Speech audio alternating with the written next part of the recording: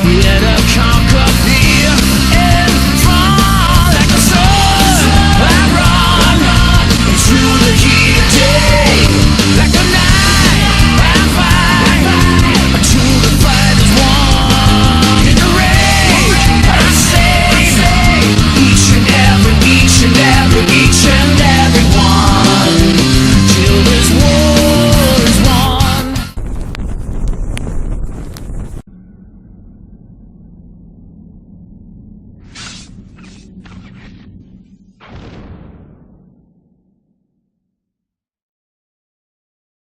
Ah yes, the game that ironically seemed predestined to be a major slam dunk in the eyes of the general audience, Assassin's Creed. Now think back with me a second to the time when Call of Duty 4 would have been the greatest game of the decade, and a point in history where grabbing a PlayStation 3 would have forced you to take a second job, which was really hard in those days because Uber didn't exist to give random nobodies money for dealing with other people like some sort of person, but I digress.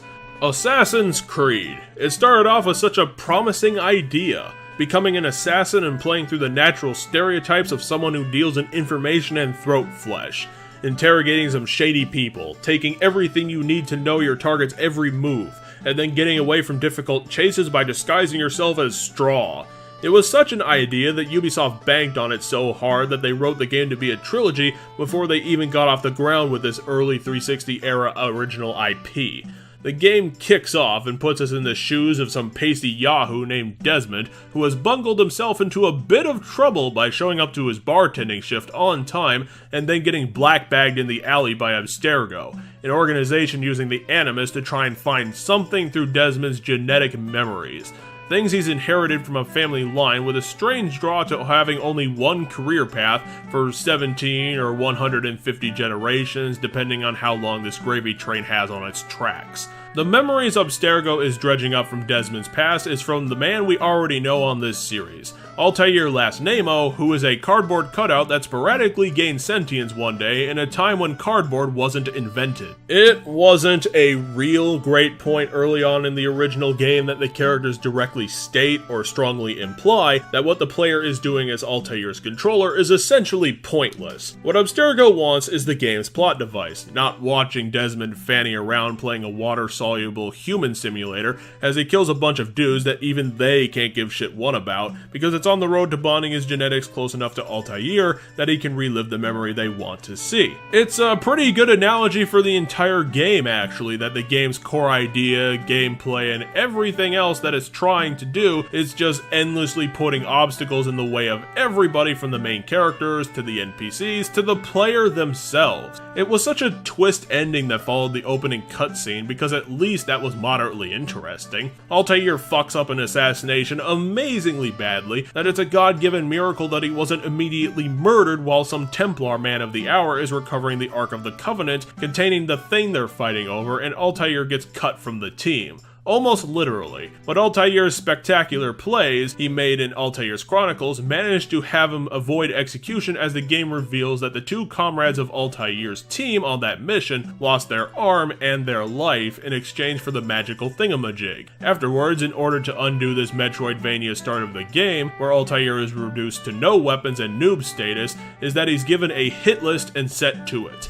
The entire game is dealing with this 9-man hit list. Kill some people because the man Beard said to. I said it earlier in this series, but I hate Al-Mualim's character design looking more like a Jedi mentor than any sort of Middle Eastern ruler of many. And it's not the only time he'll be showing a little off. Altair starts getting some weird feedback from the Templars' death throes, showing that they were trying some compassion in this age of senseless savagery, and that's at least one thing the series touches on well, is showing that their antagonists have a modicum of self-awareness, and that would have been a fun part to the game to explore an untrustworthy narrator type of thing, but instead it gets brushed aside by Uncle Al at every turn, and then Altair is sent back to his quest after every murder with a new ability, and yes, it may sound like just going to town and killing 9 people would make for a super short game, right? Well, there are some catches. Altair has to fill out the proper paperwork in triplicate with several signed approvals and initials before he's allowed to get his stabbing on. See, the game tries to do the whole shadowy workings of an assassination by having Altair deal with informants, interrogating people, taking important missives, and being a ghost in the crowd, but kind of lost, well, everything in execution by turning everything into bargain basement GTA side quests. Want to overhear some important information? Go cop a squat at a bench and click one button. Want that letter of diabolicalness? Wait for the guy holding it to turn around and hold a button for 3 seconds. Need to beat up an enemy's lackey for info? Button mash one control for 30 seconds. It's the fucking worst! Nothing creative, and it feels like a damn checklist and an awful foreshadowing of the series as a whole. What do you do when you first get to town? Climb a building and get your bearings. Then you see 3 citizens are in trouble, so you go save them. And then you find another viewpoint and more citizens and blah blah damn blah. The game is all blah and no punch. What makes this a hilarious version of Facepalm is that it's from my original playthrough of this game. It seems like Ubisoft went back and patched this game just to remove some of the game's busy work, which totally backfired, because taking out the boring content didn't make the game less boring, it just made it shorter. And it only happened in the game's first 2 memory blocks, 2 of 9. Why even bother? That question continues to the game's only sandbox side quest is just saving a bunch of people. There are no extra interrogations, informants, or missives to steal,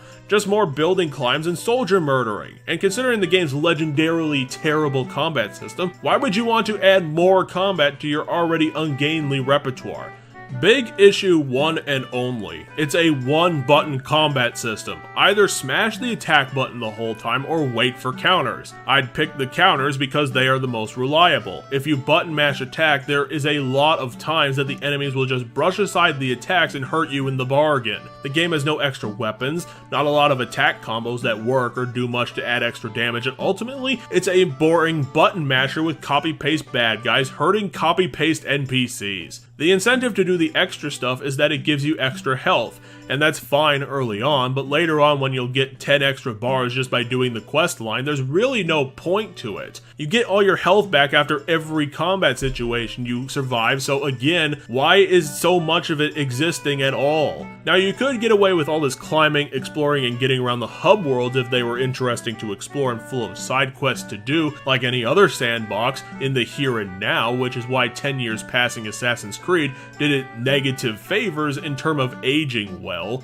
Hell, there are so many times that the programming fucks up in this game that it just turns into a comedy instead of being super serious, with Altair threatening or wanting to threaten death on every person he encounters. Perhaps it's the horrifying boredom he encounters every day being forced to work inside all these Middle Eastern towns that are carbon copies of each other. The problem with this game's sandbox is that the cities themselves are not interesting enough to bother producing any incentive to explore them. The only real difference is that Jerusalem has some famous landmarks in it that you'll probably climb once or twice. Actually, skip this. Even in future Assassin's Creeds that take place in well-known landmarks and obvious shit, the climbing and exploring is just slow plotting and kind of stupid to see in an age where superhero sandboxes just let you run up all the buildings.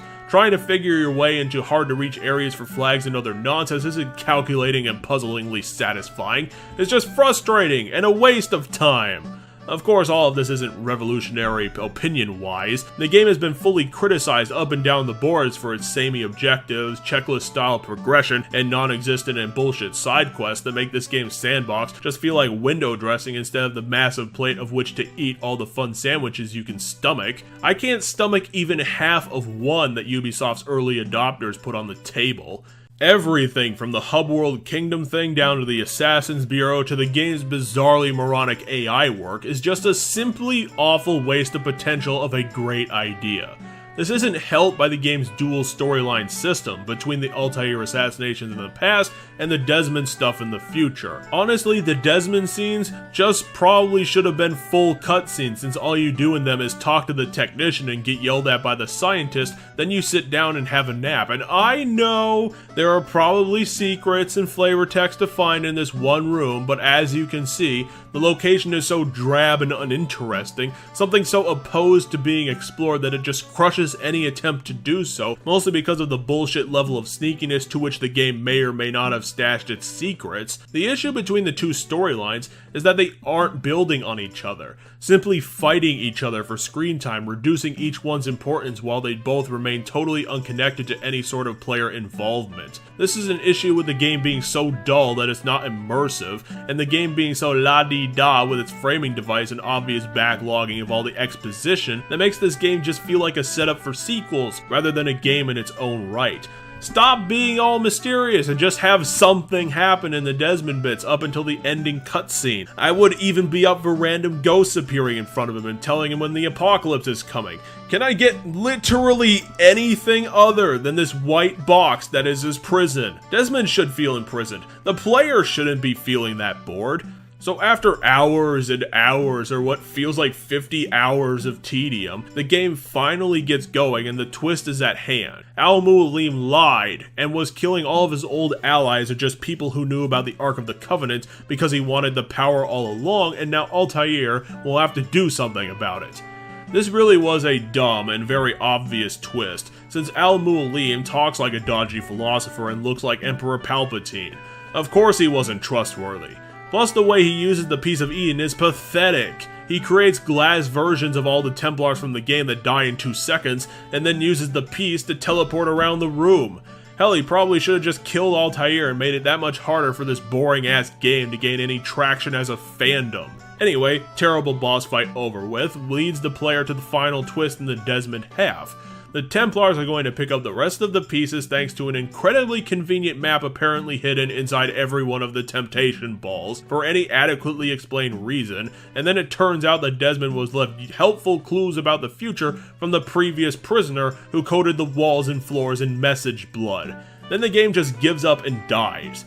This really was the game that started the project thinking of the sequel first and then filling up this one with more bigger checklists and ooh, aren't we clever bullshit. Assassin's Creed wasn't a movie, Ubisoft. You actually have to have things happen in a video game to make it a video game. And no, unskippable cutscenes and camera angle control does not suddenly make this a cinematic game. You need a story to be cinematic, first of all.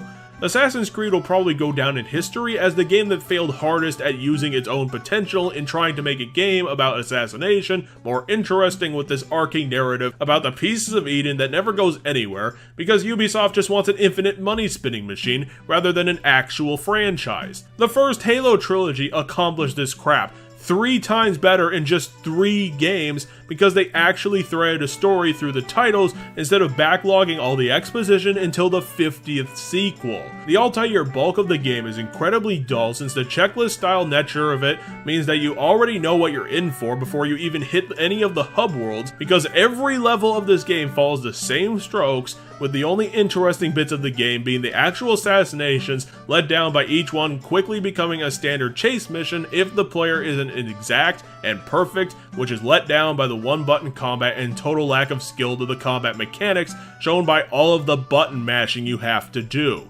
Ultimately, Assassin's Creed was an ambitious plan to pull a double-sided narrative led down by each side of the story having all the time in the world to talk, but never shows the audience a damn thing. The game outright states a couple of times that what's happening with Altair and Desmond in Abstergo is meaningless, since Abstergo has to spend a whole nother game picking up the pieces of Eden they're learning about in this one, and the entirety of Altair's story matters no shit to Abstergo, and the Altair story in of itself is not interesting enough to make up for this shortcoming due to repetitive missions, stupid-ass combat, and one-dimensional characters all happening in a copy-paste sandbox world of brown, colored crapbergs filled with the same side quests copy-pasted 90 fucking times. A game built from the ground up for Ubisoft to market as amazing and spectacular, let down by the total lack of any content to be found in his dazzling shell, yet somehow this game managed enough praise to become one of the industry's most annoying sequel mills. We'll be looking at those titles later,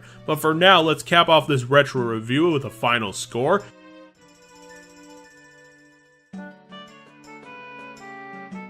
And an old school victory for gamers.